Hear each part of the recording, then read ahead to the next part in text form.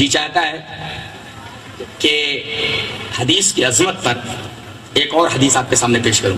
حدیث کے ساتھ وعن قیس بن ثابت رضی اللہ تعالی عنہ قال سمعت رسول اللہ صلی اللہ علیہ وسلم يقول نصر الله عمران سمع منا حديثا فحفظه حتى يبلغه فرب حامل فقه الى من هو افقه منه ورب حامل فقه ليس بفقيه رواه ابو داؤد في کتاب العلم. حضرت امام ابو داؤد اس حدیث پاک کو کتاب العلم کے اندر لائے. راوی حضرت زید بن ثابت ہیں. حضرت زید بن ثابت فرماتے ہیں کہ بے شک میں نے جناب محمد رسول اللہ صلی اللہ علیہ وسلم کو یہ بیان فرماتے سنا کہ اللہ اس آدمی کو تر و تازہ رکھے. یہ دعا ہے نبی کی. سمجھ میں آ رہی ہے بات؟ اللہ کے رسول دعا فرما رہے اللہ اس آدمی کو تر و تازہ رکھے, اللہ اس آدمی کو ہرا بھرا رکھے, ہمیشہ خوش رہے. کون؟ سمع منا حدیثا, جو مجھ سے ایک حدیث سن لے, فحفظہ, اس حدیث کو یاد کر لے.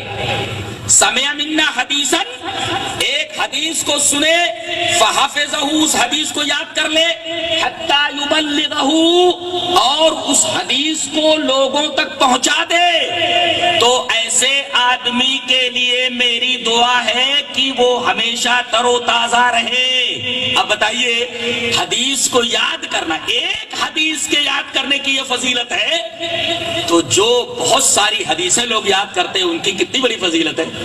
اللہ کے رسول نے فرمایا اللہ اس آدمی کو ہرا بھرا رکھے, تر و تازہ رکھے, خوش و خرم رکھے, ہمیشہ خوش رہے. جو آدمی میری ایک حدیث کو سنے, اس کو یاد کرے اور اسے لوگوں تک پہنچا دے. میں نے وہ حدیث یاد کی, سنی, کتاب میں پڑھی اور میں نے آپ تک پہنچا دیا. یہ ہے حدیث یاد کرنے کی فضیلت. تقریر کا مطلب یہ ہے کہ آپ اللہ کی بات بتا دیں, اس کے رسول کی بات بتا دیں, آپ کی بات ختم ہو گئی. آپ کو کچھ اور بولنے کی ضرورت نہیں ہے. فلاں فرقہ ویسا تو فلاں فرقہ ویسا تو وہ کافر تو وہ کافر, یہ تمام چیزیں کہنے کی ضرورت نہیں آپ کو, بالکل بھی نہیں. آپ اللہ اور اس کے رسول کی بات بتا دیں, آپ کا کام ختم ہو گیا. اگر یہی معاملہ اختیار کر لیا جائے تو سارے جھگڑے ختم ہو جائیں. تو یہ حدیث یاد کرنے کی فضیلت.